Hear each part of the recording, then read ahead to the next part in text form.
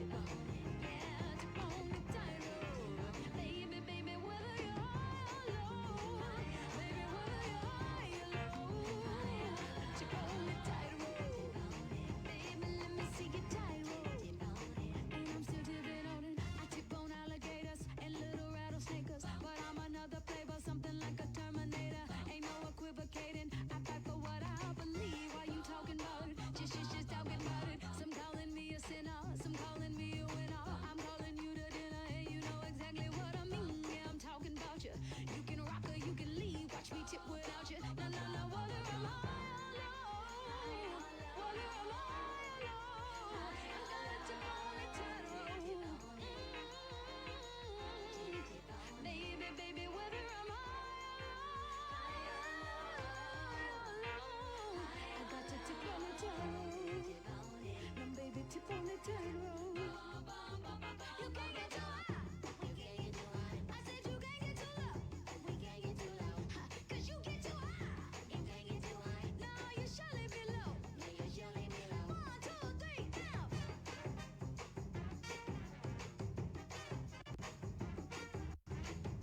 Yeah. Yeah. Now shut up. Yeah. Yeah. Now put some voodoo on it. Ladies and gentlemen, the funkiest horn section in Metropolis. Yeah, yeah, yeah. Oh! We call that classy brass. Gotta keep my ooh, ooh. I gotta my diamond gotta keep keep my diamond I gotta keep my diamond queen.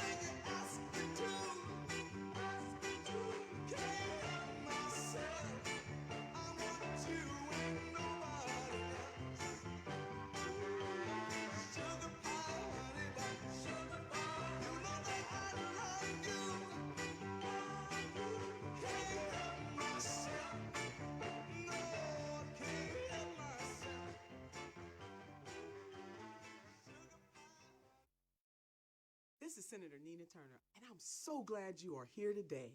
Let's talk about the official Bernie Sanders app. If you are feeling the burn, go to app.berniesanders.com. That's app.berniesanders.com and create an account with Burn. With Burn, you can help us get the word out about Senator Bernie Sanders and the 2020 campaign to your friends, your family, and your neighbors. Our strategy to win is simple. We are going to talk with the people we know and talk with the people we don't know. Doing this is super simple in the app. With your help, we will be able to mobilize millions of people on Election Day and build the largest electoral grassroots movement in history, baby. Many hands make for light work, and we cannot win this election alone. That's why I need you to take out your phone right now.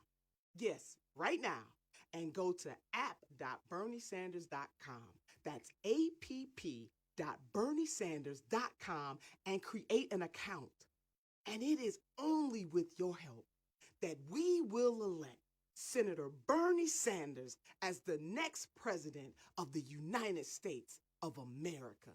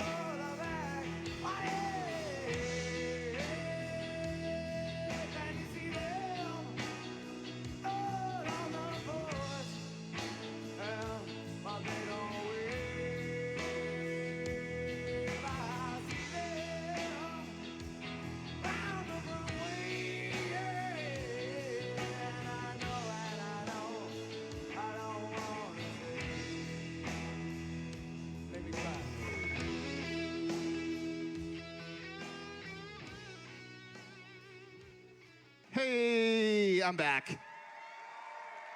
So my name is Zach Carruthers. I play in a band called Portugal the Man. We were just here, I swear to God. One thing, this is very exciting for us.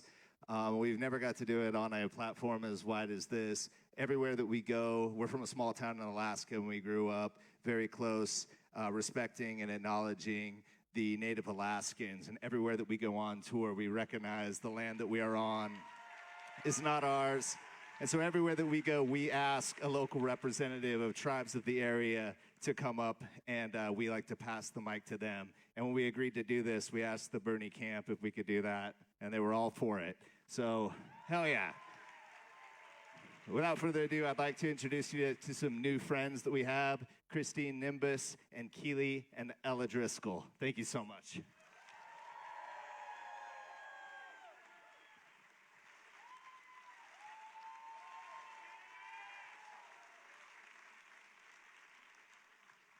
Ho, Jagimawakwa, Netishus, Keely Netishus, Mukamani Swan, Nemoewis, Nedukan, Shognasia, Netiswi Babu. My name is Keely Driscoll. I am Meskwaki in Winnebago. I'm a student at the University of Iowa currently, and I'm working as an intern for the SHIFT program with Seeding Sovereignty.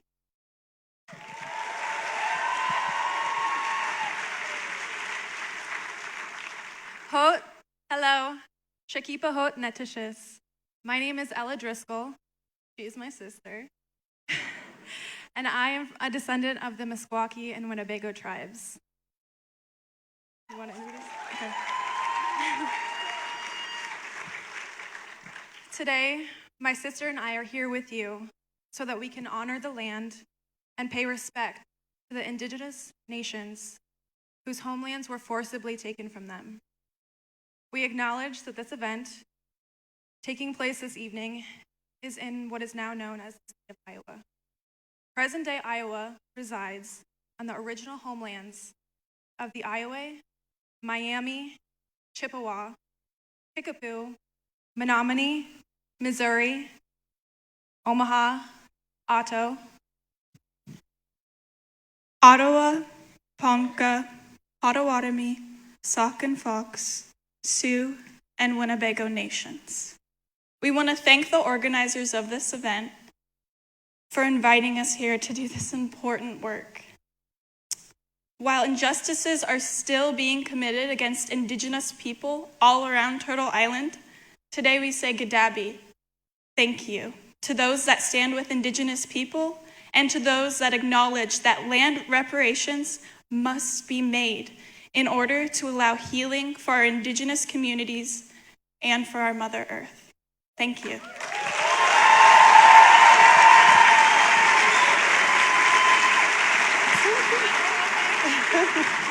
Tanse, my name is Christy Nobis, and I'm Plains Cree Saulteaux of the George Gordon First Nation in Canada, and I work here in Iowa, and I am a decolonizer with Seeding Sovereignty, which is how we got up on this stage today. So I'm here just to say a couple of things about why it's important to listen to what Indigenous people are saying.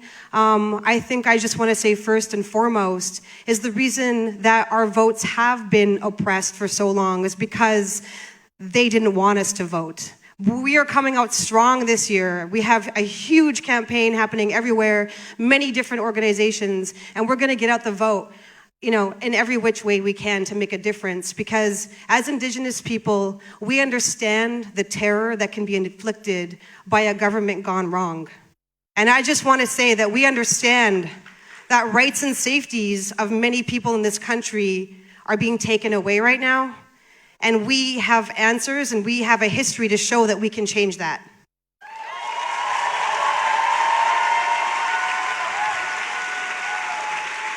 So thank you. Ai hai ki tata mehin. Just keep doing what you're doing and go caucus and get out the vote.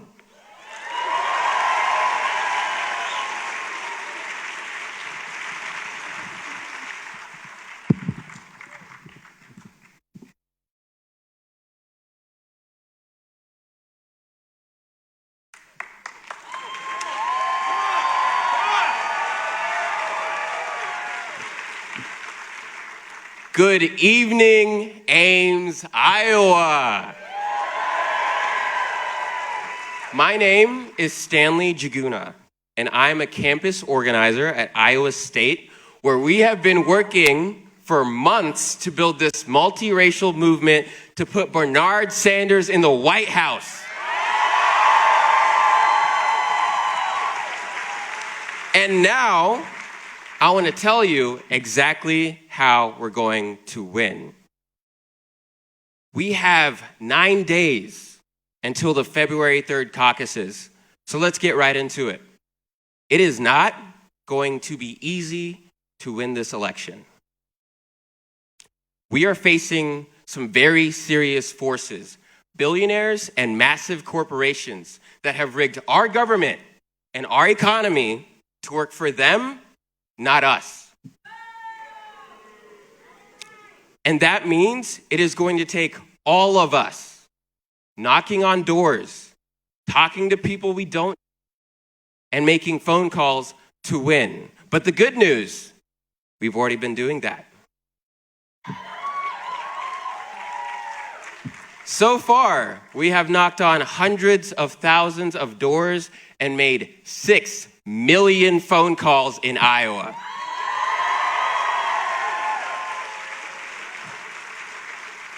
But again, this is not going to be easy. Winning Iowa will not happen overnight. It is going to take making a choice, a commitment to put it all on the line to create this political revolution. So I want to ask you, take your phones out. Raise them in the air. Raise them in the air. Right now, text commit to 67760. Again, that's commit to 67760 to commit to caucusing for Bernie Sanders with me on February 3rd. Now for the students in the room. Woo! Where are my students at? If you are a student, text ISU to 67760 to sign up for our free pizza party the night of the caucus. We are all meeting up in Carver, room 205, to go caucus together. Squad. Next step. One of the most important things that you can do to help Bernie Sanders win is to sign up to become a caucus volunteer. This means that you will help lead the Bernie team in the room on caucus night. For that, text caucus to 67760.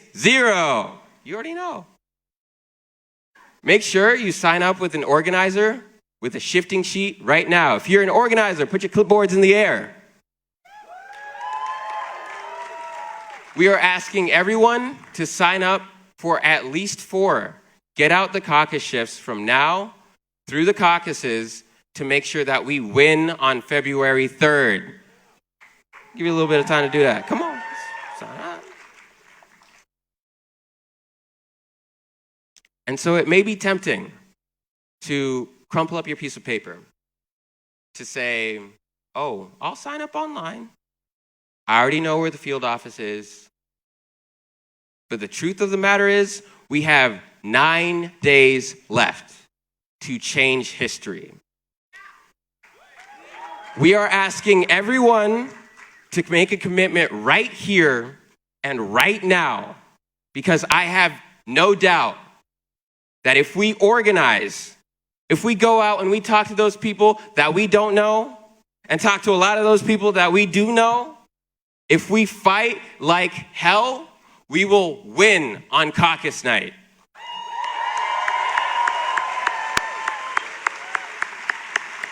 It is time. Let's make it happen, Iowa. Thank you so much. We'll see you out there.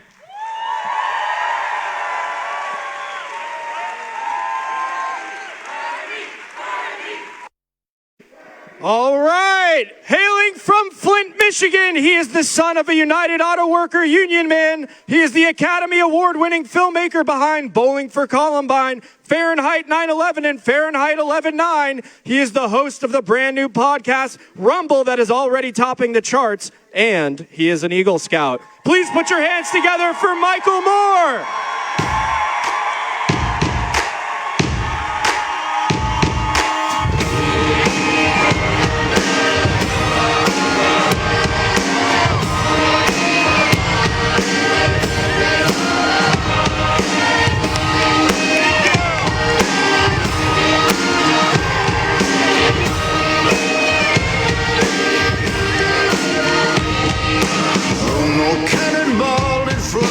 Wow. Ames, Iowa. I've spoken here a number of times at Iowa State. I always love coming here. And it's great to be here tonight. And thank you. Well, we are packed in here. There's an overflow room. I felt bad for them, so I went over there and just spoke to them right now because I think there's another 500 people in there. And I said to them, you know, I had to do this I had to come speak to you because you're like me. This is the slacker crowd.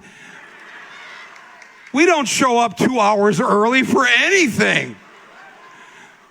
The responsible crowd's in here. They knew exactly what I was saying. And so so you can't even see how many are actually here or lined up out there tonight. But this is the most amazing crowd. I'm here for 12 days in Iowa. I have come here for 12 days because I just decided these are probably the most 12 important days of my life. We are in trouble.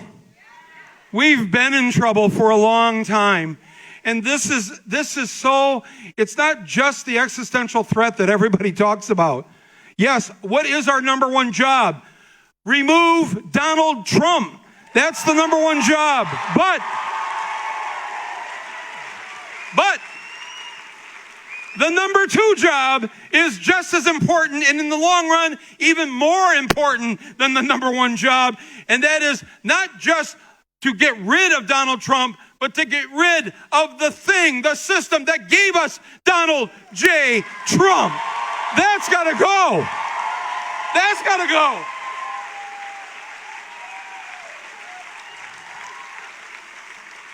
I am sick and tired of being sick and tired.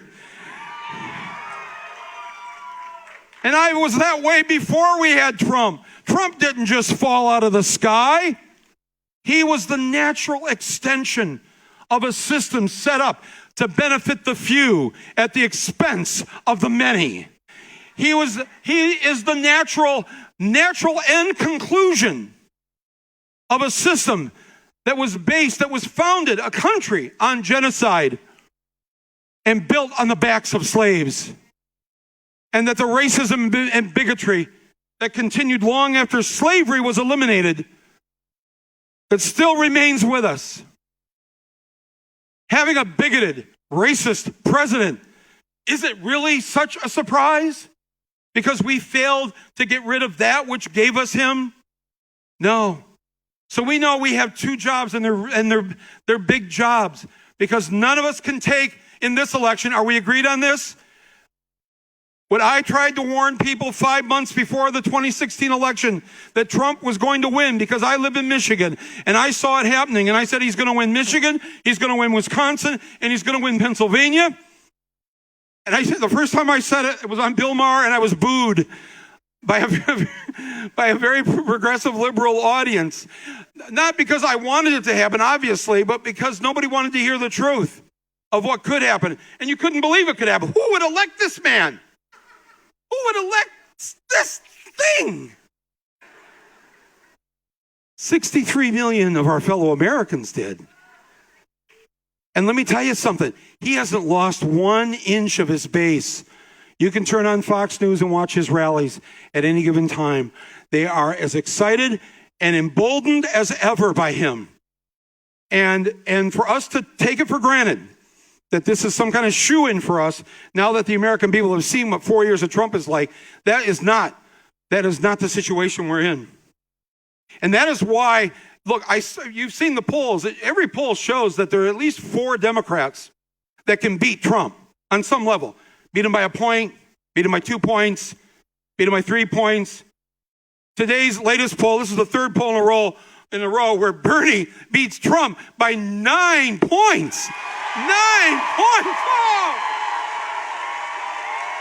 More than anybody else! More than anybody else!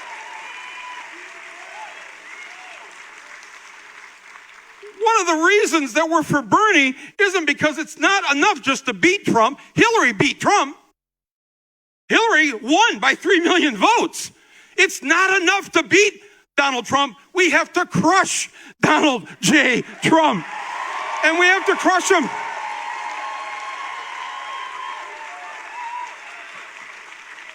We have to crush him with the candidate of love, a candidate who cares not about himself, has never done really anything with himself in mind. He's always been the selfless giver and fighter for the greater good of all of us. Well, you've seen the picture of him when he was arrested in 1963 in Chicago. Here he is, a college student. And it's 1963. It's a civil rights demonstration in Chicago. And he shows up. In the picture are two police officers arresting him. Now, clearly, Bernie did not go to the civil disobedience training class where you're taught to, go limp, don't resist, just fall to the ground. They'll pick you up. They'll put the cuffs on you, and they'll put you in the paddy wagon. The picture is these two officers. They're locked in both of his arms, and Bernie is fighting with the police to get loose. Let me go. Yeah, he had the same voice back then that he has now. And the next picture you see of that day is him chained to two black women. Because it was mostly black people that were at this demonstration. Why was Bernie there? What was in it for Bernie? He had nothing to gain from having an integrated school system in Chicago, an integrated neighborhood, better schools for African-American kids. Nothing in it for him. Why would you get arrested when you have nothing to gain from it? That's who he is. But you see, the way he thinks is he does have something to gain from it. Because he wants to live in a fair and just and equal society. And he doesn't want to live in that other society, the one that's full of racism and bigotry. So as a very, very young man, this was 57 years ago, that photograph of him being arrested. 57 years of this. 57 years. He was in Dubuque a couple weeks ago, and he said, somebody had asked him a question from the audience. A man had asked him, don't you think you're too old to be president? I watched that. I was watching it on the live stream. Don't you think you're too old? And my first thought was, yeah, let me tell you what's too old. Women not making the same as men. That's too old. That's too old. The minimum wage at $7.25 an hour, that's too old.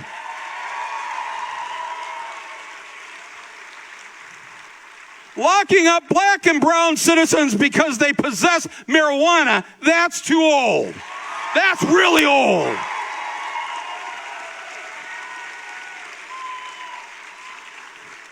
Denying that we are in a climate emergency, that is too old. Too old? Bernie said, well, he answered the man there in Dubuque, and he said, here's the good thing about me being, quote, old. It's that I have a record. I have a record that's 50, 60 years old, and it is a consistent record.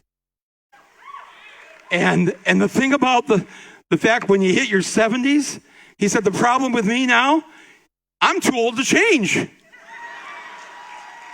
If you elect Bernie Sanders to the White House, one thing can be guaranteed. He will not change what he's saying, what he's going to do right now. What you see is what you get. Right there. Bernie Sanders will not sell us out. Bernie Sanders cannot be bought. Did you watch that TV thing where they showed how the New York Times endorsed who they endorsed? Did you see that? Anybody see that show last week? Or you got to go watch this. It's hilarious. They had each of the candidates come in. The New York Times did a show last Sunday night, kind of based on The Apprentice, where each of the Democratic candidates come in to perform for the editorial board of the New York Times. And this is now, you think of the editorial board of the Times. I mean, this is an esteemed body of great thinkers, great minds. And one of the first questions they asked the candidates was, so, who's broken your heart the most in your life? We're running for president of the United States at the most dangerous time since World War II. And the editorial board is asking, who broke your heart? Yes, I was waiting for that. What's your favorite color? I mean, and that's how the whole thing ran. And it was like, so Bernie comes in. Bernie comes in and right away he just says, I just want to tell you, I don't want to do his impersonation of his voice, but I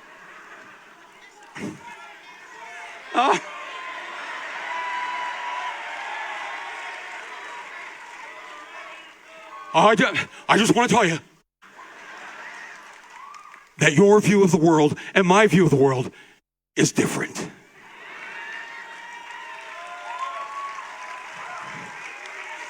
And so they said to him, well, Bernie, they asked a number of the candidates, says, well, what about your charisma?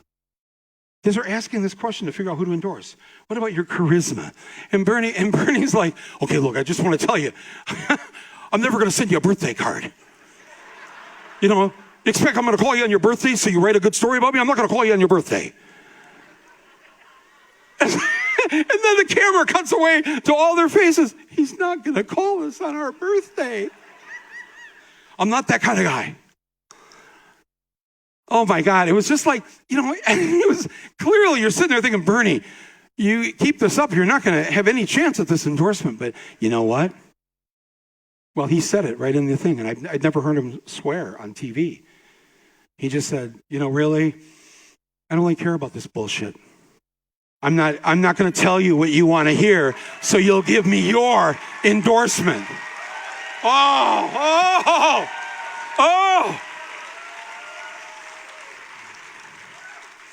It's so refreshing. It was so refreshing. And it's like, so what he said to the man in Dubuque was, the thing is that yes, I'm not going to change. That's the great thing about, and you know what the great thing I thought about too? The wisdom of our elders. We were talking about our First Nations people that are here tonight. But we've lost that sense of the wisdom of the ages, the wisdom of what Bernie has seen. He has seen these things over these years, and he's seen that when movements take place, change does occur. And that's why he will come out here tonight and remind you that this is not about electing one person to an office. This is about a movement so that when he is elected, on that day, 1 year from this week, January 20th, 2021, when President Sanders enters the Oval Office,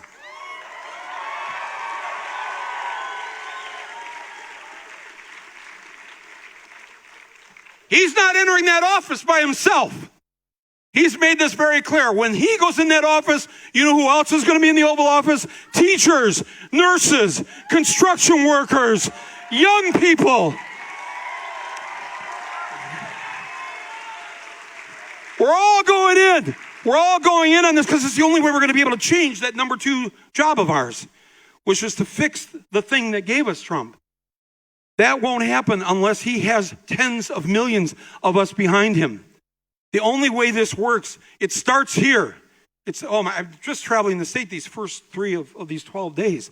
I can see what's going to happen. I can see at least what's possible to happen. Of course, you have to show up. You have to show up a week from Monday night, or you have to go to one of the satellite caucuses. You know, you have to text to that number, which I think I'm going to use my Catholic school educated brain. Commit. You got to text commit to 67760. Did I get that right? You got to be part of this. It requires all of us to act. I am sick and tired of hearing this, that we live in the land of the free, that this is a democracy. First of all, do you have any friends in another country or even Canada where you try to explain to them? Where you try to explain to them that the person who gets the most votes in the democracy doesn't necessarily win? Nobody understands that. No, we need to make so many changes because it's not just enough for it to be a political democracy. When we get that part of it fixed, the Electoral College gone, right? It also has to be an economic democracy. We have to have a say in how this economy is run, or it's not a real democracy, is it?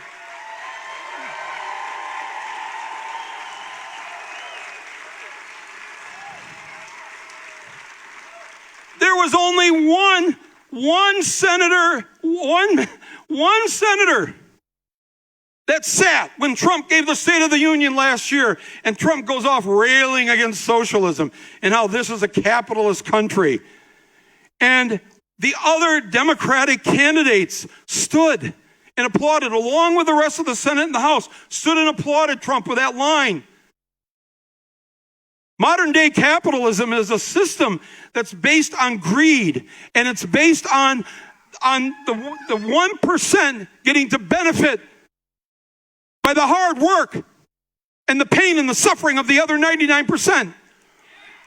And it's like there's a pie, and they get 9 slices of the pie, and all the rest of us are supposed to fight over the last slice and keep ourselves occupied with fighting each other so that we never go after the real culprits, them, fighting them for the fact that they've set up an evil system that is not democratic.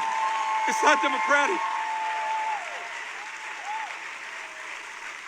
There's only one candidate that is going to truly address this and fight for a system that is democracy in the economy, not just at the ballot box. This is Bernie Sanders. This is who he is. This is who he's been his entire life.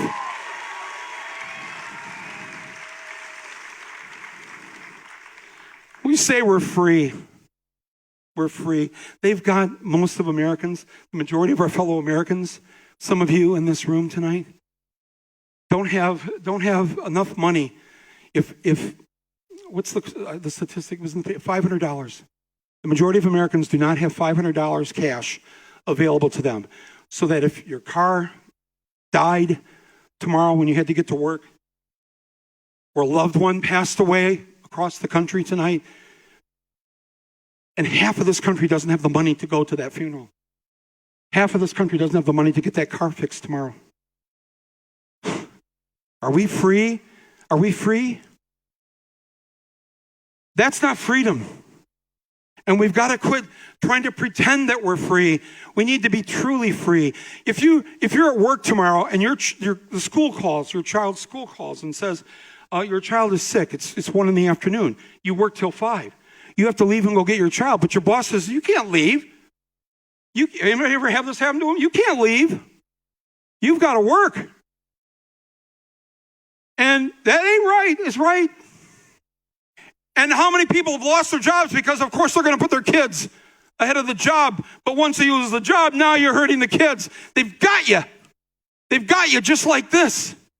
You're not free. If your child is in need and you can't leave wherever you're at, you are not a free human being.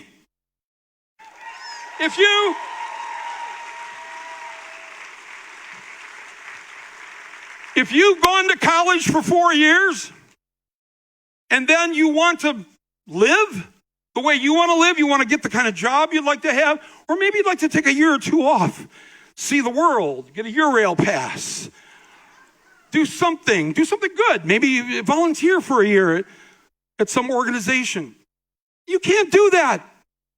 You've got student loan debts that you're going to pay off for the next 20, 30 years. We have put you 22-year-olds in a debtor's prison when you graduate from college. And there are, I see in here, there are people my age. And I don't know, do we want to tell the younger people in here our secret? What happened when we went to college? What did it cost? 0 is right. Not that much is right. Cheap. Next to nothing. Let me hear. How much a first semester? Anybody my age or older? $500 a semester over here. Do I have another number? Huh? $800 a semester. Anybody else? $50 a semester. $50 a semester.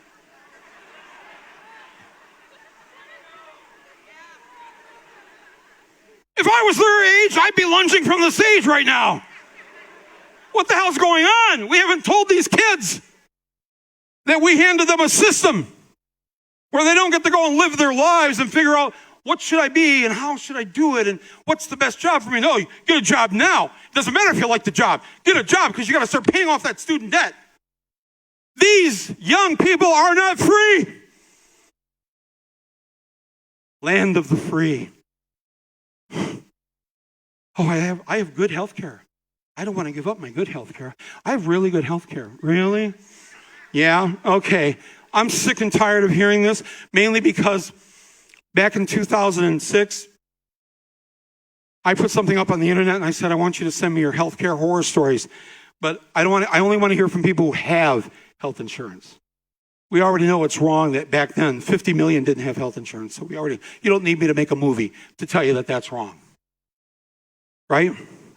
What I wanted to do was make a movie to tell you that if you have health insurance, you're just as screwed. You just don't know it yet because you haven't gotten sick yet. Yeah, right?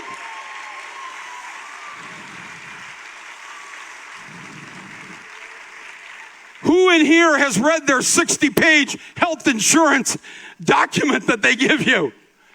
Let me tell you, I made a movie about this. It's called Sicko. And I'm telling you, watch that movie, and it basically says that that good health care plan, people don't want to give up their good health care plan. There is no good health care plan. And where do you find out? Where do you find out? The auto workers, United Auto Workers, when they went on strike with General Motors back this fall, they found out just how safe, the GM, the UAW health plan is one of the best health plans in the country. I grew up on it. It was my dad had it. Back then, it was even better than it is now. There were no deductibles, no co-pays. Everything was free dental, free eye care, a 4 weeks paid vacation as a factory worker. Jeez, that's another secret they don't need to hear. But what happened? Do you remember what happened back in October? The chair of General Motors, when the workers went on strike, 3 or 4 days later, the CEO said, I'm suspending all your health care immediately. And people freaked out. What? Why, I have the GM plan. You think I've got that forever. You even have it as a retiree. No, it was that quick. The CEO could decide within 5 minutes to end your health care. Just like every one of your bosses, if you have insurance on the job, your boss could wake up tomorrow and say, this is costing me too damn much. Your boss could wake up tomorrow and say, I'm cutting everything back by half. And you have no say because it's not a true democracy. It's not a democratic economy. You are not free. If you think you have the great gold plan, you don't. It's not set up to benefit you. It's set up so that the insurance companies can make a profit. And the only way they make a profit is by denying you care. That's the only way they get away with this. You are not free. You are not free. But you can be free. It isn't that hard. Every other country in the developed world has done this already. Seriously, every country. Belgium has free health care for all. Belgium? What the hell is Belgium? How can they afford it? We can't afford Bernie's plan. Really? Belgium can afford it. If friggin' Belgium can afford it, God damn it, we can afford it. We are the United States of America. We are the richest country on earth.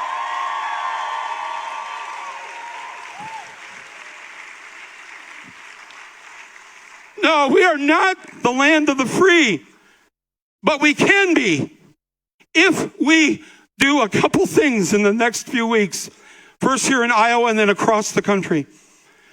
First of all, I truly believe this can happen, my friends. This is not pie in the sky. You know me. I am not a weird or hopeful optimist. I'm full of the despair and the malaise that I share with you.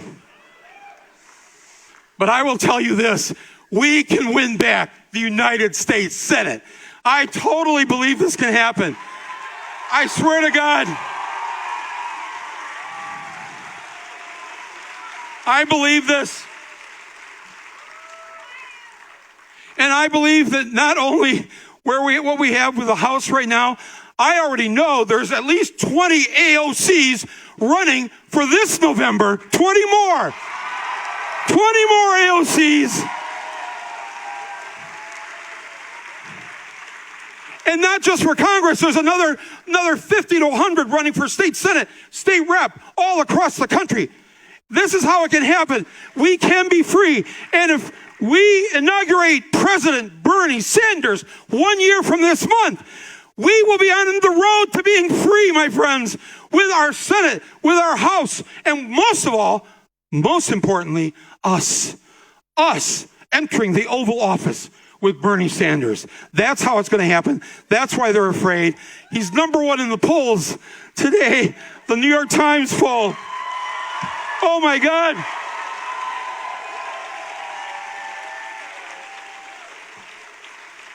The person in second place is 7 points behind.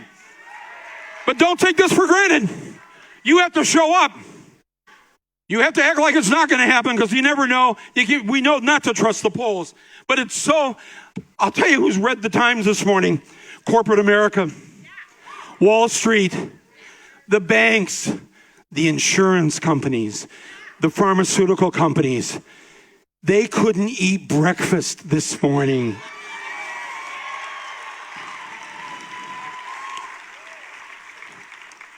They called each other up and they said, holy shit, how did this happen?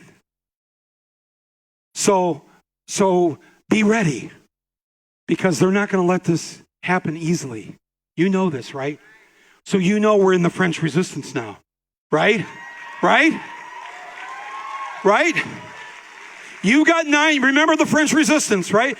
They had to, nobody in the French Resistance ever said, yeah, I know there's only 9 days to our caucus, but, I've got to get the kids to soccer this week. No!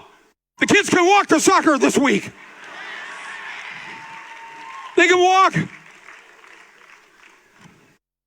Nobody in the French Resistance ever said, geez, yes, I'd like to help you stop those Nazis coming down the road there, but we've got couples therapy at 4 today. No! You have to get along with your spouse for the next week or 2. There's no couples therapy. Just get along. Get along for the greater good of this country.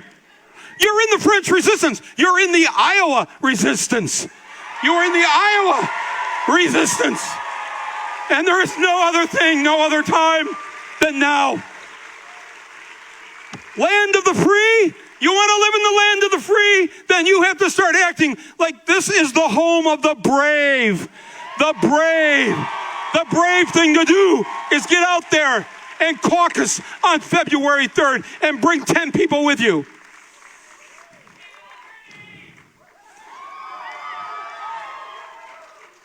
Oh man, you are going to be, the rest of the country is going to love you so much the morning of February 4th. You know, if you're single and you're on one of those dating match.com things, all you got to just change your profile to say, I voted for Bernie in Iowa.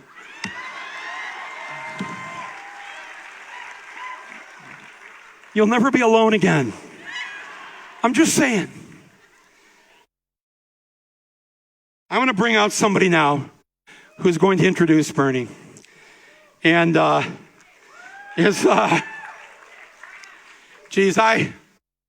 first stood on a stage like this in 1990 with Bernie. He called me up and asked me to come to Burlington. He was going to run for Congress. And he was trying to get some people that are known. That was the first year of my first film, Roger and Me. And he, I'm sure he tried to get better celebrities. You know, because back in 1990, there was Crocodile Dundee, Milli Vanilli. There were other better celebrities here to do this. But when I got there in Burlington that day, all he had on the stage were 2 guys from Vermont who made ice cream. And 1 guy from Michigan who ate ice cream. So... But it's no longer that way now, folks, because we're going to bring out somebody who has inspired a whole generation of people, who's inspired so many of these, what I believe will be hundreds of women running for office this year. Someone who has... My producer Basil down here, we first heard about her. How did we hear about her? Was this... I might have been another bartender actually up in the Bronx or Queens or so. I don't know where this was, but there's this woman here, and she's running for Congress. I said, well, how is there a poll yet? How's she doing the polls? She's polling 3%. 3%. Because it's expensive to hire a crew for the day. I wanted to put her in my next film, Fahrenheit 11/9. And wow, should we spend the money on this? And then let's read some of the things that she's written. I'm like, oh my God. Oh, she sounds great. Let's do it. Let's just do it. And so we sent the crew up there and spent the day with her. She was going door to door. And they brought the footage back, and we're looking at it, and we're like, oh my God. What part of heaven did she fall out of? Of course, you know her story. It wasn't heaven.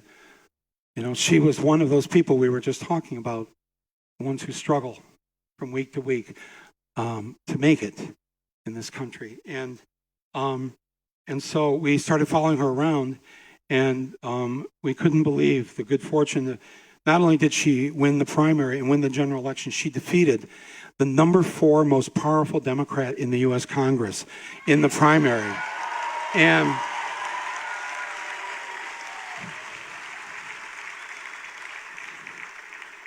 it was a turning point, and historians will see her election as a turning point in this country. And when she came out and endorsed Bernie a few months ago in Queensbridge Park there in New York, that was a turning point. Because I can't thank her enough for what she's done, for the sacrifices that she's made, for what she is going through to make this a better country and a better world. And I want to invite you to give her the warmest of Iowa welcomes on our stage here tonight. Representative Alexandria Ocasio-Cortez, AOC. Tú nos dices que debemos sentarnos, pero las ideas solo pueden levantarnos, caminar, correr, no rendirse ni retroceder, ver, aprender como esponja, absorber. Nadie sobre todos, faltan todos, suman todos para todos, todo para nosotros. Soñamos en grande que se caiga el imperio, lo gritamos alto, no queda más. Got a little ahead of myself. My glasses were bouncing around. Hello, Iowa. How are you? Are we ready to caucus our hearts out? 9 days. 9 days left that we've got here in this state to kick off one of the most consequential election years that we have had in recent history. I'm so excited to be here and sharing this moment with you all, shoulder to shoulder, because this is not just a moment, it's a movement. It's a true movement.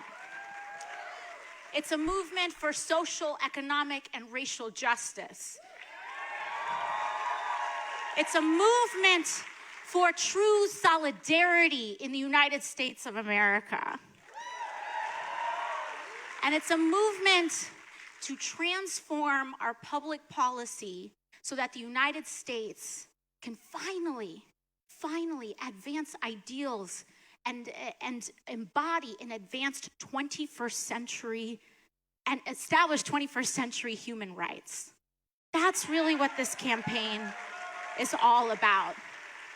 That's why I'm here. I'm here because 10% better is not going to cut it for most Americans. It's not going to cut it. You know, people are saying wages are up. And we're looking at it's like 3%. And what's 3% of $8 an hour? Truly. What's 3% better on an $8,000 deductible? What's 3% better when people are being incarcerated for decades? What is 3% better when people are in tens of thousands, sometimes hundreds of thousands of dollars in student loan debt? What is 3% better? What's 3% better when children are being incarcerated at our border? We don't need 3% better. We don't need 10% better. We need fundamental change in the United States of America. That's why I'm here. That's why I'm here.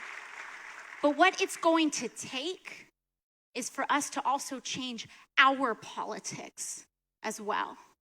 It's going to require us to transform and grow as individuals. It's going to take fighting for someone we don't know. That's what it's going to take. I'm proud to be a part of this movement because we need a true Green New Deal in this country.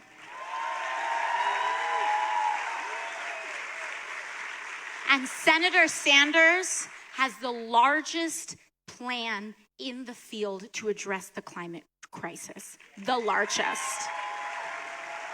I'm here because we need true immigration justice in the United States of America. And I'm not here to reform some of these systems when we talk about immigration. I'm here because Senator Sanders has actually committed to breaking up ICE and CBP. That's why I'm here.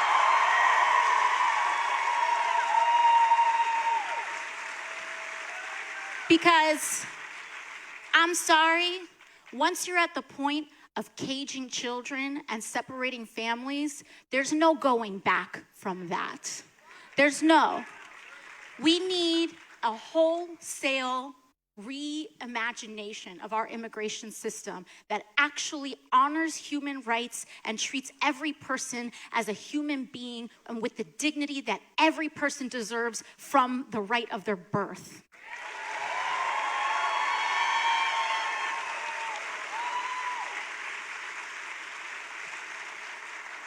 I'm here because every person in this country deserves to be paid a living wage. That's why I'm here. I'm here because earlier today we were in Cedar Falls and a woman stood up and told me that her wages and her paycheck is being garnished due to her medical bills. And no, it's not right, but unfortunately, it's more normal than we'd like to admit in this country. It's more normal for people to live in fear, whether it's economic fear, whether it's fear of due to your documentation and immigration status, it's fear due to perhaps our system of mass incarceration, fear of student loan debt, fear of medical debt. We should not live in fear, especially in one of the most prosperous and powerful countries in human history. We should not be living in fear. We should be coming together in collaborative movement work to establish a more advanced nation. That's what we should be doing. But here's the deal. That change cannot happen from the top down. It cannot. Fundamentally, that change cannot and will not come from the powerful. It cannot, because the reason it will not come from the top down is because those policies are about a fundamental change in who this country centers and who has the reins. That is a huge and enormous shift. And what these policies are about centering working people and centering the marginalized instead of centering profit and centering the powerful. And so, if that is the shift, then it's up to us to make that shift, to organize that shift. When I was running for office, and I see it to this day, people who want to run for office, especially for Congress, they'll say, if you can't call your friends and family and raise $300K off of them in your first week, you might as well not even try. And it is said earnestly, and it is said honestly, and it's just said like, that's just the way it is. You know what else is just the way it is? People say, oh, people are in $50,000 of student loan debt. That's just the way it is. People's families are being separated and people are unjustly deported, living in fear. That's just the way it is. People are in tens of thousands of medical debt. Or you have an insurance plan that's so expensive, it makes it hard for you to go to the doctor in the first place. That's just the way it is. We can't accept just the way it is anymore. We can't. And we will not. And we will not. We won't. And we can't. And one of the reasons that, this weekend was important for us to come together is because this is our final stretch. We need to knock on doors. We need to call on our friends and family. If you're not able to caucus due to your age or your status, there's still something that we can give. We can babysit our neighbors' kids while they go out to caucus. We can cook people a hot meal and bring it to those caucuses to help people in that long day. That is what community is all about. And at its best, that's what movement and organizing is all about, because it lasts beyond an election cycle. That's what's so important for us to understand, that this organizing, one way is elections, but organizing is also unionizing your workplace. Organizing is about tipping people off if you start to see that ICE and CBP are in communities to try to keep people safe. Organizing is making sure and counseling each other to make educated college decisions, to try to reduce that debt in the short term. All of that is organizing. And this agenda requires sustained organizing, electorally and beyond, because that is what holding power really is when we talk about mass movements and the will of the people and public power. But that's what we're trying to fight for, true democracy. And for so long, it's been slipping away. True democracy, slipping away, because it's been purchased by the powerful. But we have the opportunity now, this year, to not only push back on the creeping authoritarianism in the White House, but to replace it with something new and better. And that's at the core. And that's what we have to do. We have to make sure that we're fighting for someone we don't know, and go beyond a politics of what's in it for me, and go towards a politics of how is this helping my neighbor.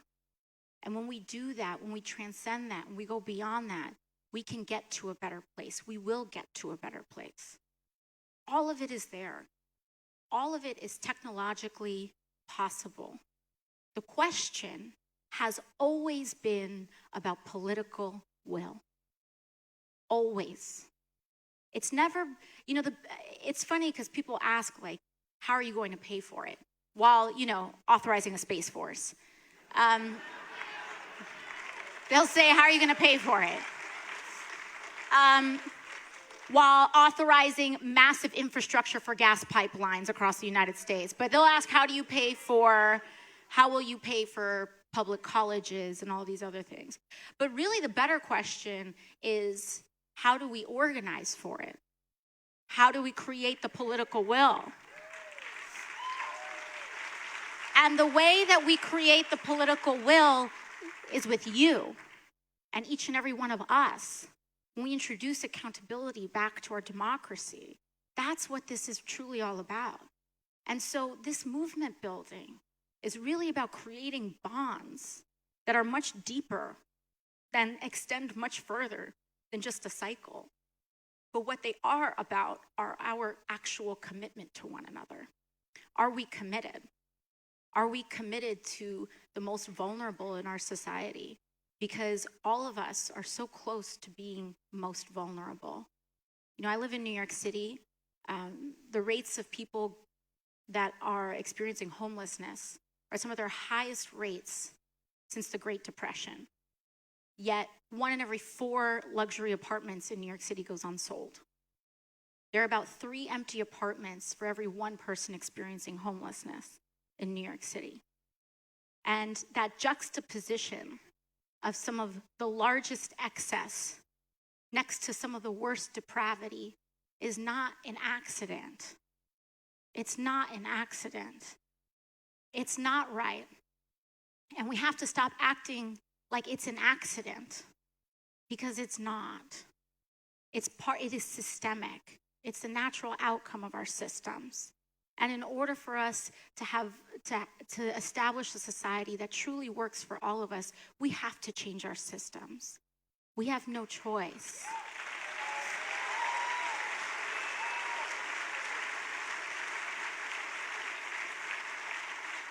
And I'm just thrilled to do that, because what's exciting about that is that it's not boring public policy. It's some of the most exciting and imaginative public policy. We're being challenged to actually reimagine our future and our present. That is what we're being challenged to do. And that is a scary thing, because tinkering around the edges sometimes feels like the most politically feasible thing to do. But people will continue to suffer if we don't radically reimagine our systems. And not only that, but it's popular. It is popular. It is popular.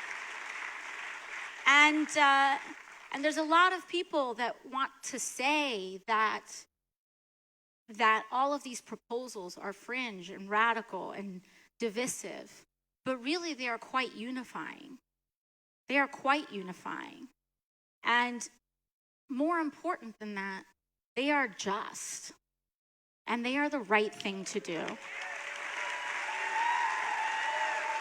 And so I'm not going to lie to you. It's going to be hard. I'm not going to lie to you. Being part of this campaign is signing up for the difficult task. It's not easy what we're working and coming together to do. But I think that it's the right thing to do. And I was telling this story earlier today in Cedar Falls about how, I got sworn in on January 3rd of last year. It's just been 1 year that I've served in office. Thank you. And in that transition between the general election and actually getting sworn in, you're not allowed to be paid, but also you're supposed to kind of get a second apartment. And the right wing was making fun of me for not being able to afford a second home. I don't know why that was embarrassing, but I mean, it's not, or it was supposed to be, but whatever. And so I spent the first few months in office sleeping on an air mattress. And so I would sleep on an air mattress, and then I'd go walk to work. And it was a really bizarre experience, because I'd go into work and hear people make arguments as to why we can't make pharmaceuticals more affordable, and make arguments as to why a living wage is just not doable, or make an argument as to why single-payer healthcare is just going too far, and basically making the argument as to why families like mine didn't matter. And that was really hard. But what we can do is transform that. And it's not just that we can transform it, it's that we are transforming it.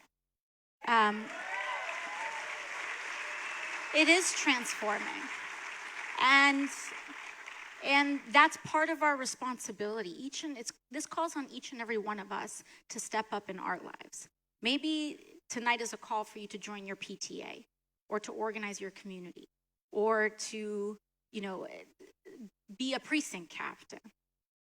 But this requires all of us to join in community, because all too often elections happen and we forget them.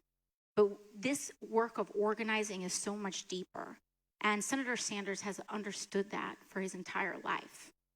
And that's, why I'm happy to be here shoulder to shoulder with you all and shoulder to shoulder with him. So we've got 9 days left. And we've got 9 days left. And so on that day, on caucus day, I want us to all bring our friends, bring our family, celebrate democracy, and bring and really usher in an era of 21st century social, economic, and human rights. So thank you all very much. And with that, I would like to introduce our senator. Is he ready? I kind of did that a little abruptly, so he may be walking over. Oh, thank you. Thank you. Thank you. Thank you all so much. I so appreciate that. He's coming around. Thank you all so much. Thank you. And with that, Senator Bernie Sanders.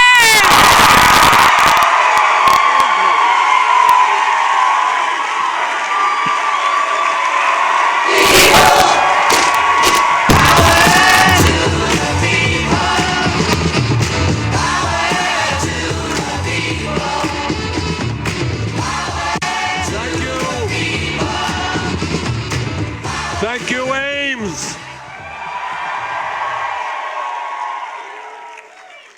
Well, let me thank all of you who have squeezed into this. We won't tell the fire marshal, not a word. And I want to thank the many hundreds of people who are in the overflow as well. This is a great turnout. Thank you all. And let me thank Mississippi Jake for his music tonight. Let me thank Portugal the man.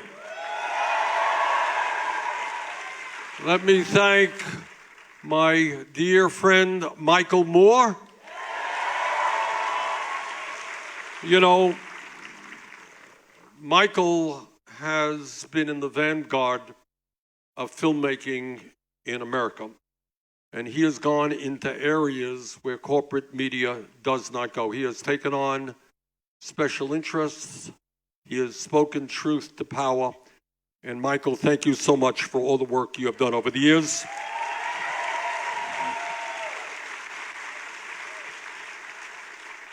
And let me thank Congresswoman Alexandria Ocasio-Cortez.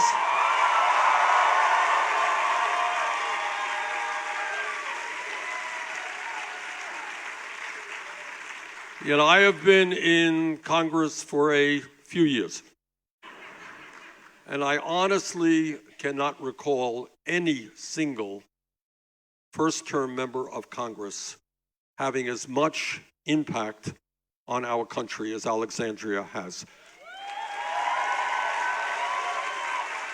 So I thank her for her courage in standing up for working people. I thank her for being an inspiration to young people and all over the country.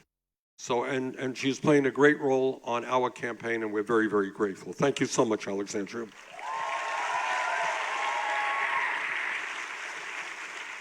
Now, I am really delighted to be here tonight. You don't know how delighted I am, because last night I didn't know that I would be here. So it's, you know, as all of you, I think, know, I am a United States Senator from Vermont. Let's hear it for Vermont. Come on. All right. And I have a constitutional responsibility to be a juror in the impeachment trial of Donald Trump.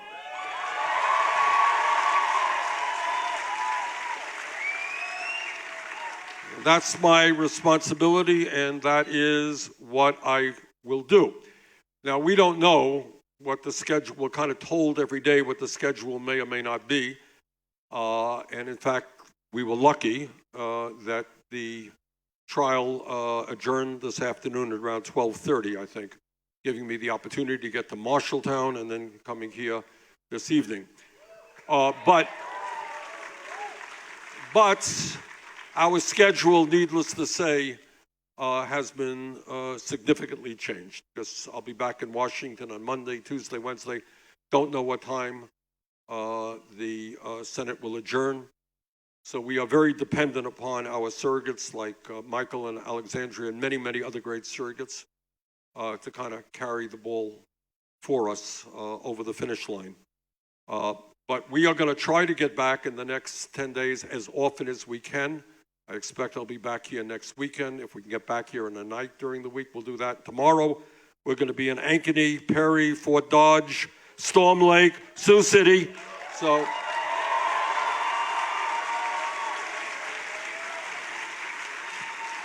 we're going to do our best in the limited amount of time that we have, and our surrogates and all of you will do the rest. Let me speak a little bit about what this campaign is about and why it is a unique campaign. What we want to accomplish in this campaign are two fundamental goals.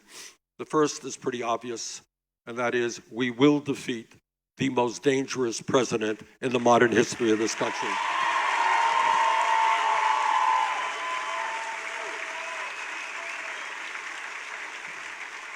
Now, in Iowa and across this country, people have different political views, and I am more than aware that not everybody agrees with everything that I say. I got that.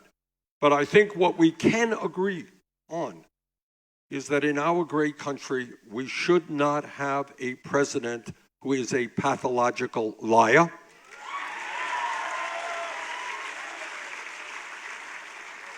We should not have a president who is running a corrupt administration. We should not have a president who is a racist, a sexist, a homophobe, a xenophobe, and a religious bigot.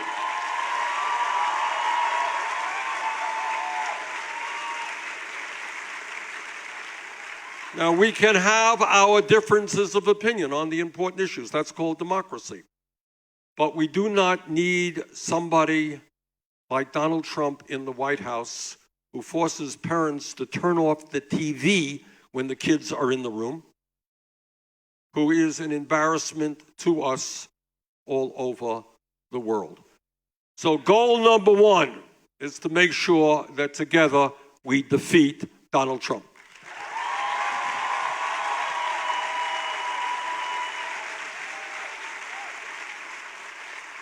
Now, in that context, there is a lot of discussion, and I think you've heard it, about electability, which is a fair question.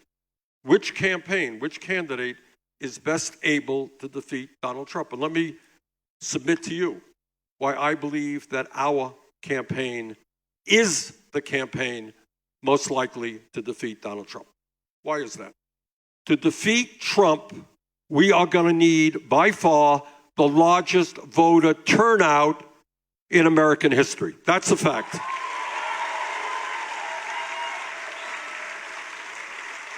And I do not believe, I simply do not believe that the same old politics is going to generate the excitement to create that turnout. You can't generate excitement when you're busy going to New York raising large sums of money from millionaires and billionaires. People want change.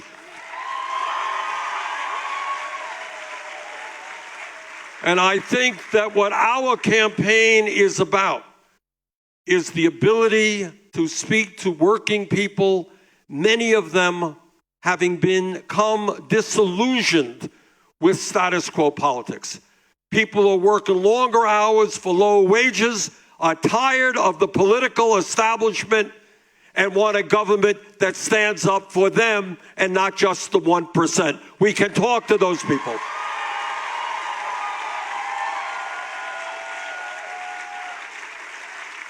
And we can do something which is enormously important, and that is bring young people into the political process in a way that we have never seen in this country.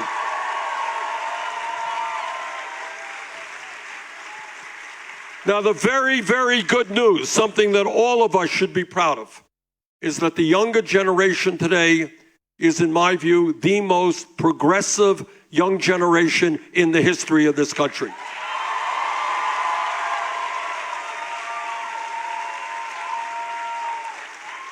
And I believe that for every 3 young people who vote, 2 out of those 3 will vote progressive. That is the good news. That's the good news. The not so good news is that same generation historically has not voted in very large numbers. So tonight, what I am saying to that generation, if you are tired of student debt, if you are sick and tired and scared about climate change, if you are disgusted with racism and sexism and homophobia and xenophobia, all right? If you believe that health care is a human right, you can't sit it out. You can't complain. You have to be involved. And if young people were to vote in Iowa and in this national election at the same rate as older people, not only would we beat Trump, we lay the groundwork for transforming this country.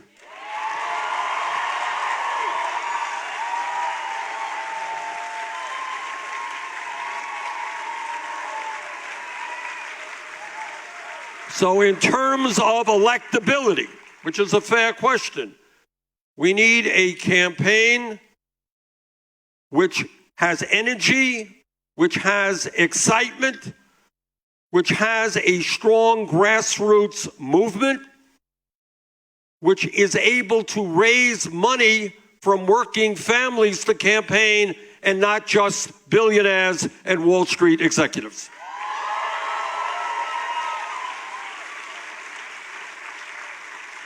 Just in the last month alone here in Iowa, and the weather has been pretty cold, our volunteers have knocked on hundreds of thousands of doors.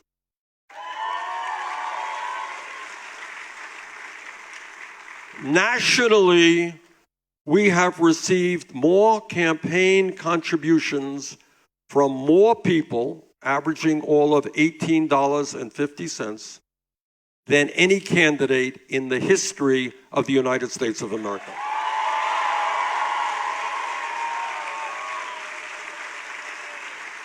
So the way you defeat Trump is by putting together a strong grassroots, multi-generational, multiracial, working class movement, and that is exactly what we are doing.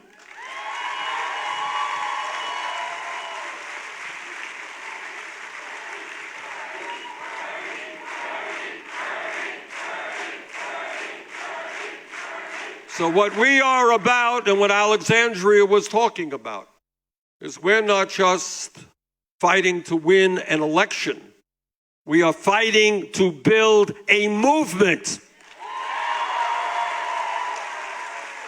And the reason that we are doing that is, you know and I know, that if you look at American history, you understand that real change never, ever takes place from the top on down. It is always from the bottom on up.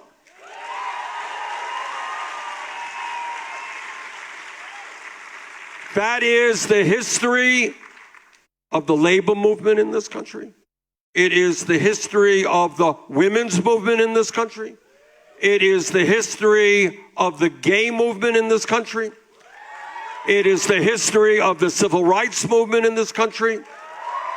It is the history of the environmental movement in this country. What real change is always about, it's not some president signing something. It's not Congress passing legislation. That is usually the result of grassroots pressure. So what we are trying to do in this campaign is create a process in which millions of Americans from coast to coast are going to stand up and look around them and say, you know what? In this great country, we need a government, we need an economy that work for all of us, not just wealthy campaign contributors.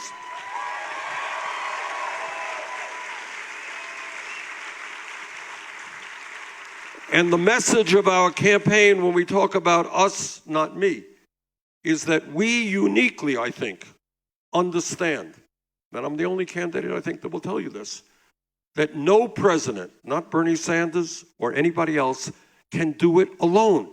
That is not the way it works. I want you to think for a moment about the power structure of America. Think about Wall Street, where 6 banks own assets of more than $10 trillion. And think about the pharmaceutical industry that charges us the highest prices in the world while they make tens of billions of dollars in profit.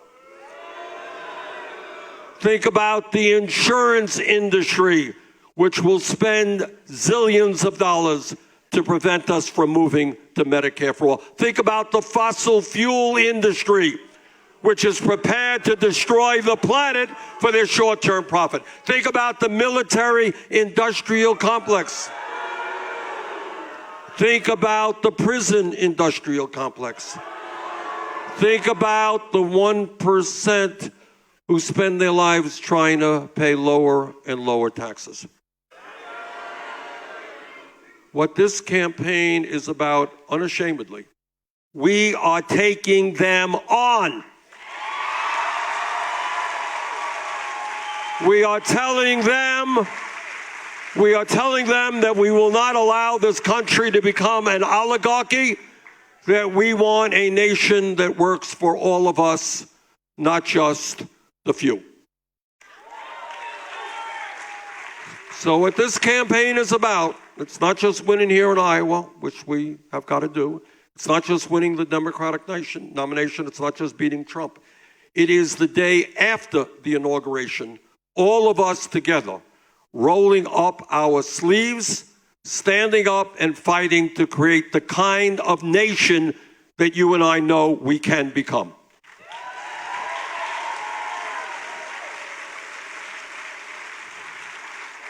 So what does that mean in practical terms? What does it mean? It means that we have an agenda that works for working people who for so many years have been ignored. Today, after 45 years of huge increases in worker productivity, explosions in technology, the average American worker is not making a nickel more in real inflation accounted for dollars than he or she did 45 years ago. Almost all of the new income and wealth goes to the top 1%. Today you got 3 people on top owning more wealth than the bottom half of American society. You got that? 3 people, 160 million people. You got 49% of all new income. Think about this. In Iowa, you got people working for 10, 12, 13 bucks an hour, working 2 or 3 jobs. Am I right? 49% of all new income goes to the top 1%. Half of our people today, Trump talks about the great economy.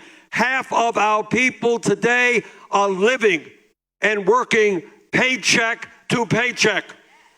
Paycheck to paycheck, half of our people. So you got an economy today that is working really, really well for the 1%.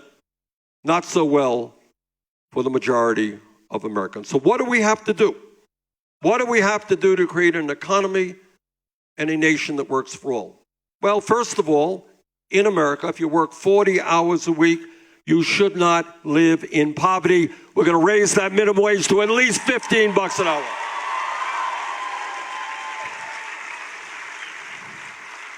If you are a woman, you should not make 79 cents on the dollar compared to men. If you are a worker, you should have it easier, find it easier to become a member of a trade union.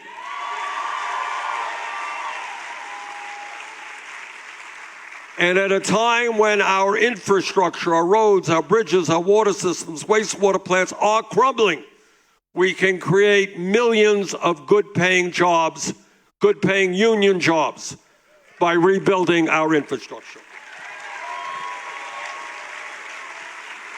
If we talk about the needs of working families, we have got to talk about education. We will end the dysfunctional child care system, which for so many families is unaffordable without the quality that we need.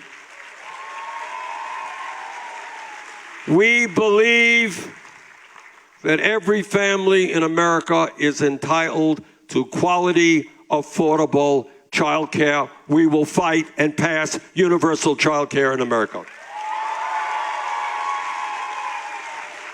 We will substantially increase funding for low-income Title I schools throughout this country.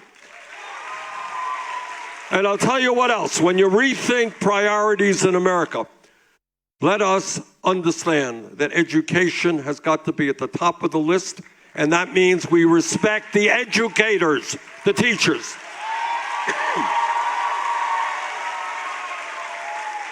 And that means I want on college campuses in Iowa State and all over this country, young people to say, you know what, I am so excited. I'm going to go out and become a teacher. What's more important than that? And those teachers deserve a salary commensurate with the importance of their work, at least $60,000 a year.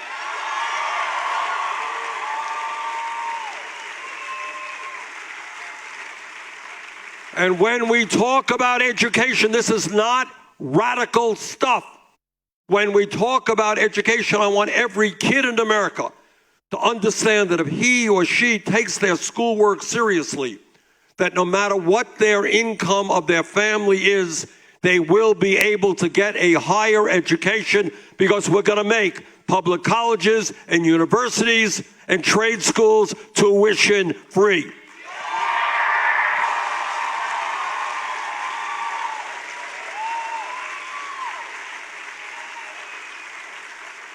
And I'll tell you what else we're going to do. And this is not radical stuff. 11 years ago, some of you remember that Congress, against my vote, voted to bail out the crooks on Wall Street. You all remember that? 2 years ago, Trump and his friends gave $1 trillion in tax breaks to large private corporations and the richest 1%. Well, you know what? If America can give huge tax breaks to the rich and bail out crooks, we could cancel all student debt in America.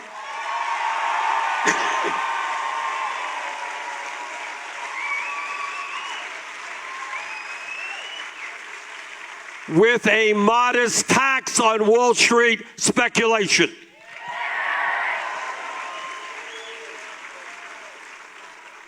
I'll tell you something else in terms of what an agenda for working people means.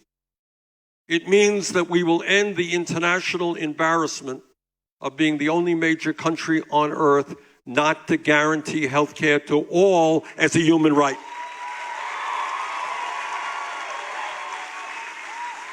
The current system we have is not only dysfunctional, it is not only wasteful, it is incredibly cruel. Please hear this. Today, we spend twice as much money per person on health care as do the people of any other country on earth. You got that? You would expect that if you're spending twice as much as the Canadians or the Europeans, we're going to have an extraordinary system.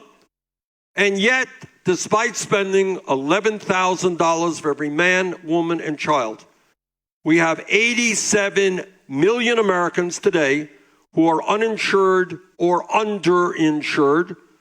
We have 30,000 people a year who die because they have not gotten to the doctor when they should because they were uninsured.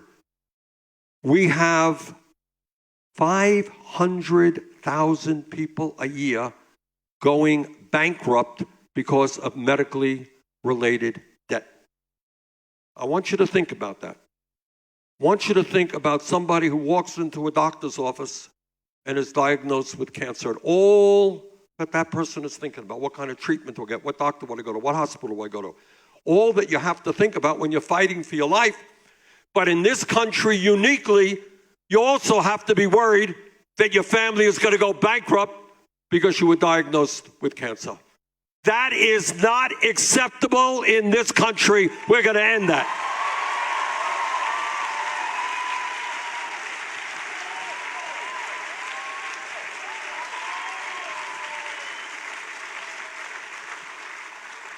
The function of a rational and humane healthcare system is to guarantee healthcare to all people in a cost-effective way.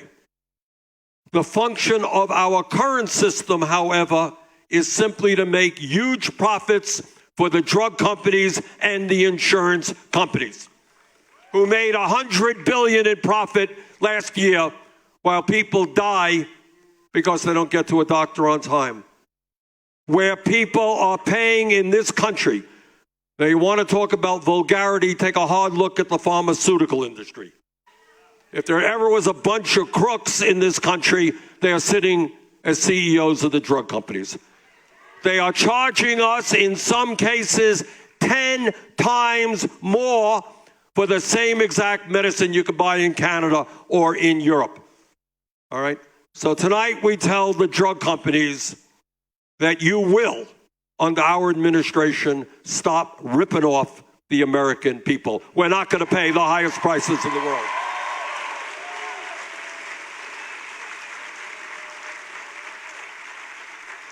So Medicare for All is building on a strong Medicare system, but expanding that system. Because we believe that when you talk about health care, it's got to be comprehensive coverage. What does comprehensive coverage mean? It means dental care. It means hearing aids. It means eyeglasses, which are not covered today by Medicare. So we're going to expand Medicare. And it also means covering home health care.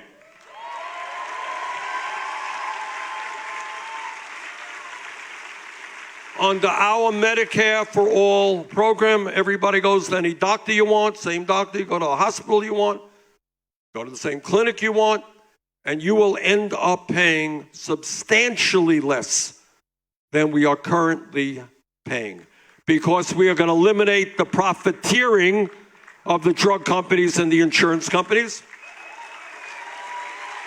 And we're going to end an insane, wasteful system where there are huge administrative costs, hundreds of billions of dollars, in order to administer thousands of separate plans.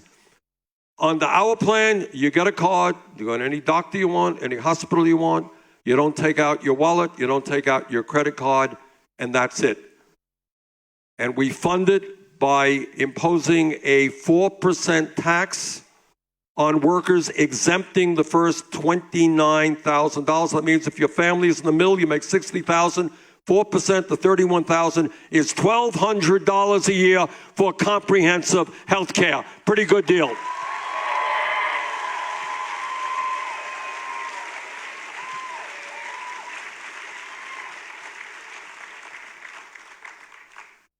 Now, Donald Trump is, well, I don't want to get into Donald Trump too much.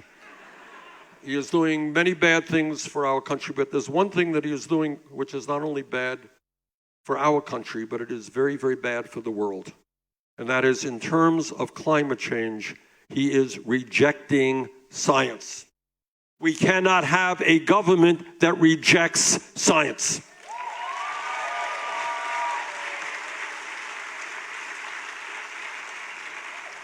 And what the scientists are telling us, and this is scary stuff, is they are telling us they have underestimated the severity and the speed in which climate change is wreaking havoc on our country and the world. Polar ice caps are melting at a faster rate than they had anticipated. Ocean is warming at a fast rate, meaning rising sea levels, which will inundate major cities in America and countries around the world in the coming years. They have underestimated the degree to which drought will be taking place, which will impact farmers in Iowa who will have a shorter growing season, and the quality of the food they produce will be deteriorating. They have underestimated the kinds of extreme weather disturbances that we are seeing in terms of torrential rainfall and flooding. They have underestimated the kinds of forest fires and wildfires that we will be seeing. All of you are aware that Australia, a beautiful country, is now burning. I was in Paradise, California last year, and I saw what a wildfire did to that beautiful town. Killed 86 people. What the United Nations tells us, if present trends continue, there will be tens of millions of climate refugees, people forced to leave their communities because there's no drinking water and no land to grow their crops. So when millions of people start migrating, you have international tensions. I have been criticized for bringing forward the most sweeping, comprehensive climate change proposal that any candidate for federal office has ever brought forth. But I am not going to apologize to anybody for listening to the scientists. I'm not going to apologize to anybody to do everything that we possibly can to make sure that the planet that we leave our kids and grandchildren is a planet that is healthy and is habitable.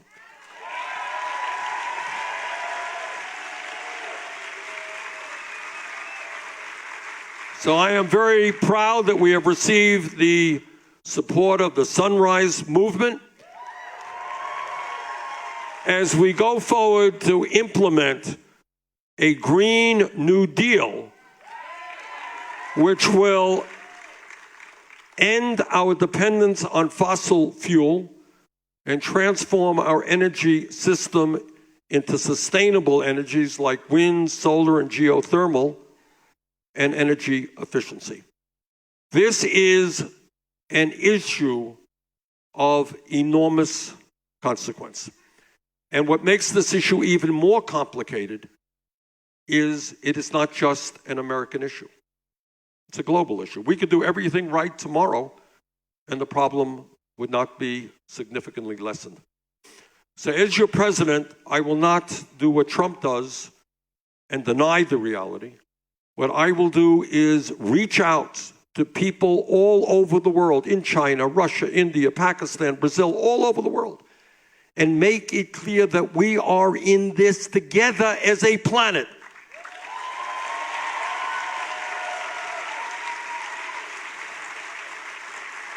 And here is my dream. It may be a radical, unreachable dream, but it is my dream. That in this critical time, when the whole globe, whole planet faces this existential threat, maybe, just maybe, instead of spending $1.8 trillion every year on weapons of destruction designed to kill each other, maybe we can pool our resources, come together, and fight our common enemy, which is climate change.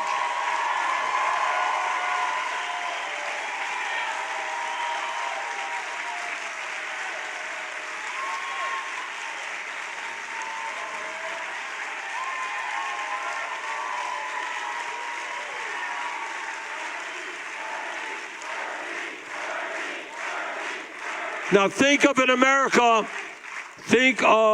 America where we have leadership which is not denying science, not denying the great global threat that we face, but an America with our people, our scientists, our engineers, reaching out to countries all over the world to come together in unity to fight this very, very dangerous situation. That's a new America.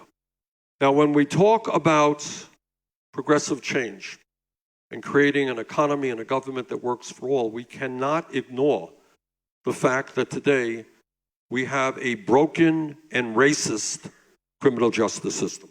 Can't ignore that. We cannot ignore that we have more people in jail in the United States than China does. Communist, authoritarian country, 4 times our size. We have more people in jail than China does. We're spending $80 billion every year locking up fellow Americans. So what we are going to do is begin to invest in our young people in jobs and education, not more jails and incarceration.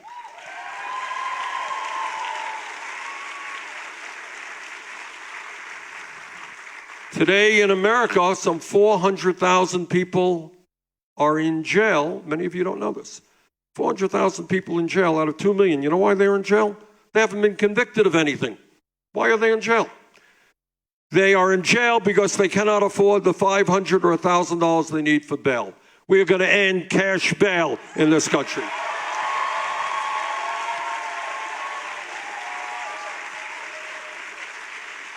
We are going to end private prisons and detention centers in America.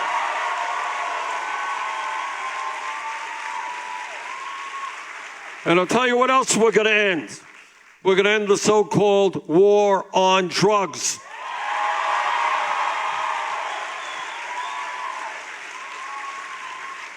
We are going to legalize marijuana in every state in this country.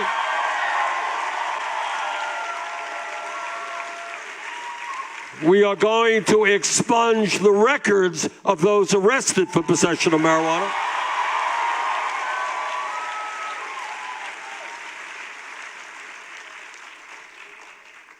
And when we talk about another system in America that needs fundamental change, it is a very broken and racist immigration system. So in our first day in office, we will issue an executive order which repeals all of Trump's racist executive orders on immigration.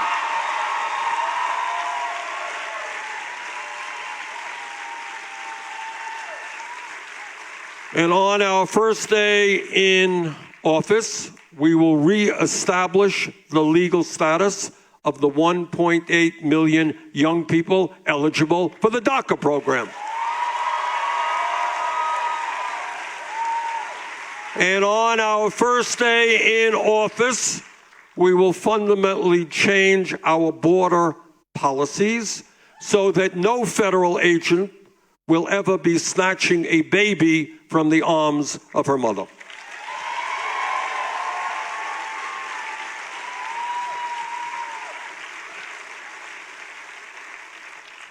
And when we talk about issues that impact everybody in this country, no matter what your politics may be, we are all sickened every time we turn on the TV and we hear about another mass shooting.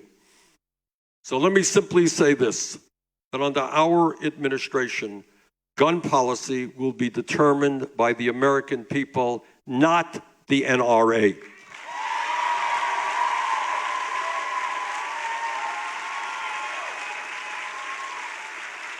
We are talking about universal and expanded background checks.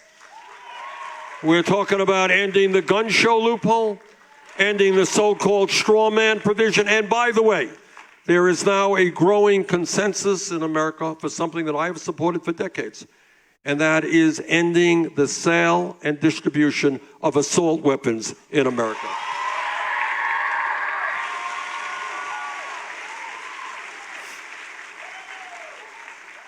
Now, I am a United States Senator, and I'm often on the floor listening to my Republican colleagues give speeches. Not the most pleasant thing in the world. That's what I do. And very often, if you listen to conservative Republicans, what they say is, you know, we believe in small government. We believe in getting the government off the backs of the American people. You got to do what you want. Get that government off the backs. Well, I say to those hypocrites, if you believe in getting the government off the backs of the American people, understand that it is women who will control their own bodies in this country, not politicians.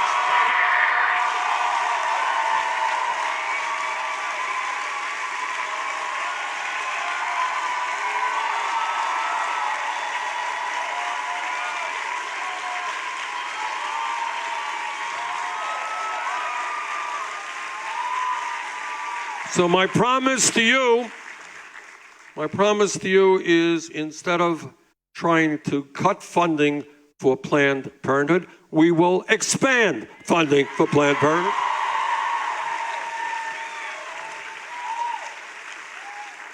We will codify Roe v. Wade. And I will never nominate anybody to the Supreme Court or any federal court who is not 100% in support of a woman's right to control her own body.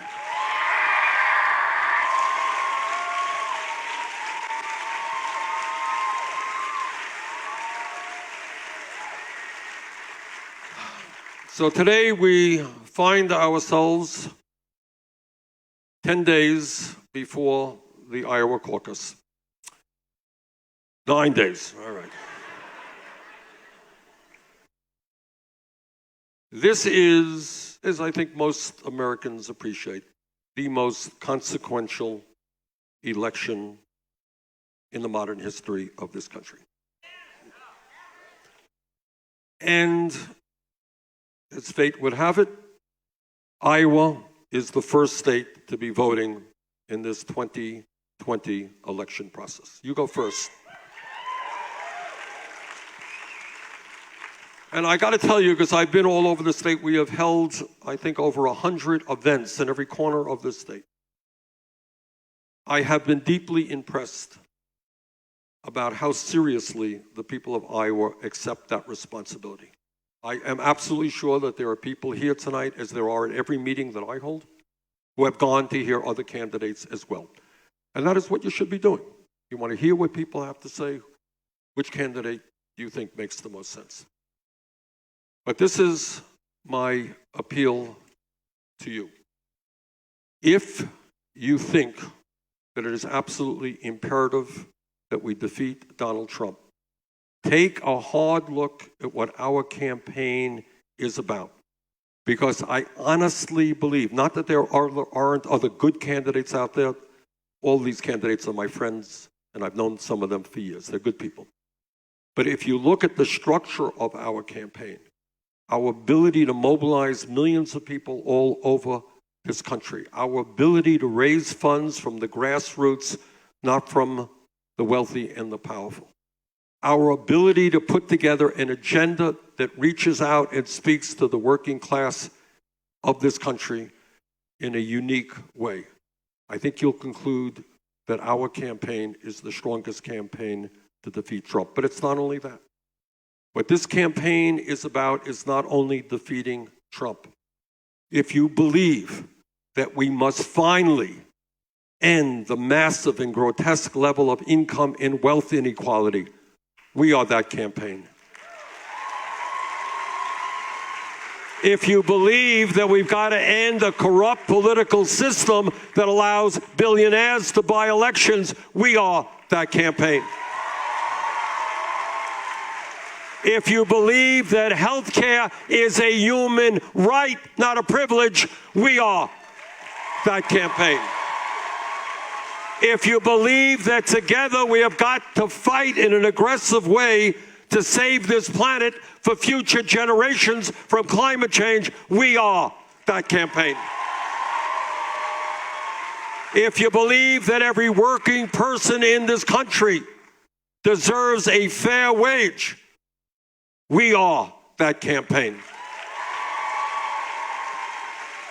Now, this campaign, I don't want to fool you here, this campaign has taken everybody on. We're taking on Wall Street. We're taking on the insurance companies, the drug companies, fossil fuel industry, military, we're taking them all on. We're taking on Trump and the Republican Party. We are taking on the Democratic establishment.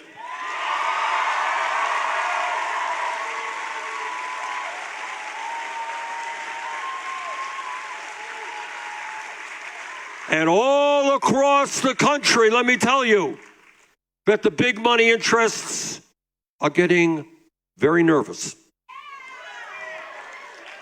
They're looking at recent polls in New Hampshire and in Iowa, and they're saying, oh my God, Sanders can win.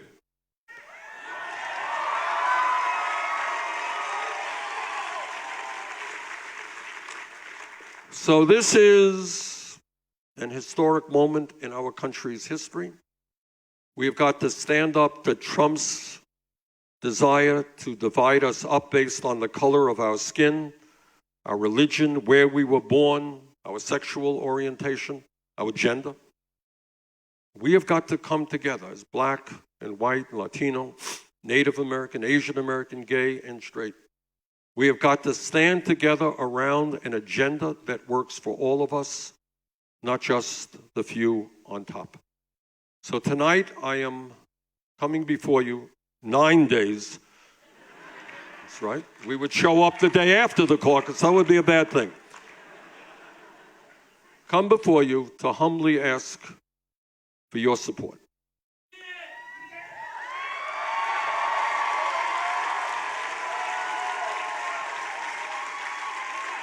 And let me make a prediction. On caucus night, if somebody tells you that the turnout is high, we win. If somebody tells you turnout is pretty low, we lose. So the question is, can we bring out people who do not always come out to vote? Kind of working people who are often discouraged with the political process, young people who have not really gotten involved in the political process. If we can do that, if we can create a high voter turnout, if you are able to bring out your friends and your uncles and your aunts and your everybody you know, we will win here in Iowa. We will begin the process of defeating the most dangerous president in the modern history of this country and in transforming our nation so that we have a government that works for all of us, not just the 1%. That's what this campaign is about, and tonight I ask for your support. Thank you all very much.